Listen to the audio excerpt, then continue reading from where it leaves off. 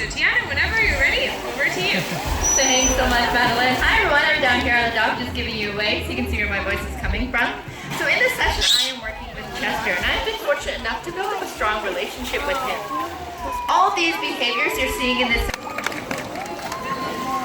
Both Helen and Chester are indeed involved in research projects, and I'd like to share a little bit more about this kind of strategic event. Like Helen, he was deemed non-releasable by government authorities, but since coming here, he's taught us a lot about this rare species. And to share with us a little bit more about what it's like to work with these dolphins on a daily basis, we're going to have an opportunity now to hear from Tiana. So Tiana, whenever you're ready, over to you. Thanks so much, Madeline. Hi everyone, I'm down here on the dock just giving you a wave so you can see where my voice is coming from. So in this session I am working with Chester and I've been fortunate enough to build up a strong relationship with him.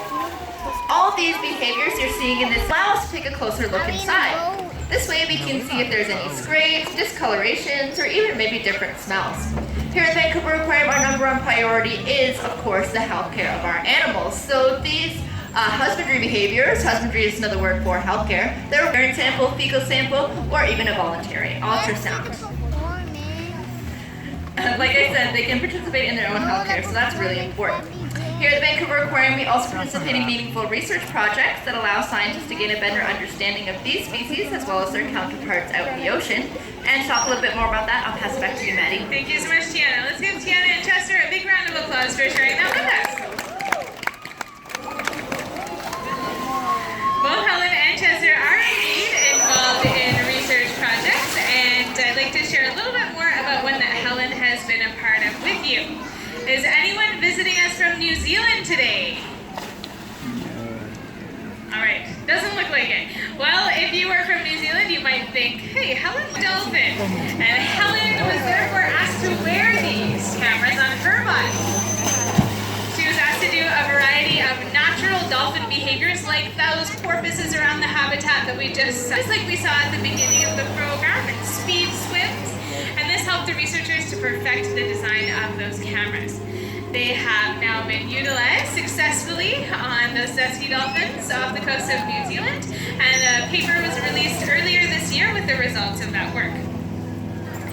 Not only are dolphins here at the Vancouver Aquarium and Helen's Case involved in international research, but local researchers also want to know more about the whales, dolphins, and porpoises found in our waters. Has anyone here ever seen a dolphin, whale, or porpoise in BC before? Yeah, there are quite a few of you. Well, if you do get that opportunity, even if you're visiting us for a few short days, we do encourage you to let us know about it. We have a cetacean sightings network, and more importantly, an app for that. It is called the Whale Report app. For those of you who are outside, if you take a look around the habitat, you're going to see some signs for the Whale Report app, and I encourage you to download that for free while you're here today. It is certainly possible to see dolphins leaping out in the ocean here in British Columbia, but sometimes it's a little trickier to spot them, so here are some things to watch out for. You can look out for their color. For one thing, Helen has a special form of camouflage on her body, which is known as counter shading. Being dark on her back and light on her belly, she can blend into the water at different angles. Chester is a pretty solid dark gray color, and interestingly, researchers think that dolphins that spend more time out in the open ocean away from shore don't need that same sort of counter-shading camouflage that dolphins like Helen do. And we just had a really good look at Helen's entire body, and another thing you can watch out for is the dolphin's size. I'm curious if anyone wants to. Helen is 6 feet. I think I heard 7 feet, and that's a really good guess.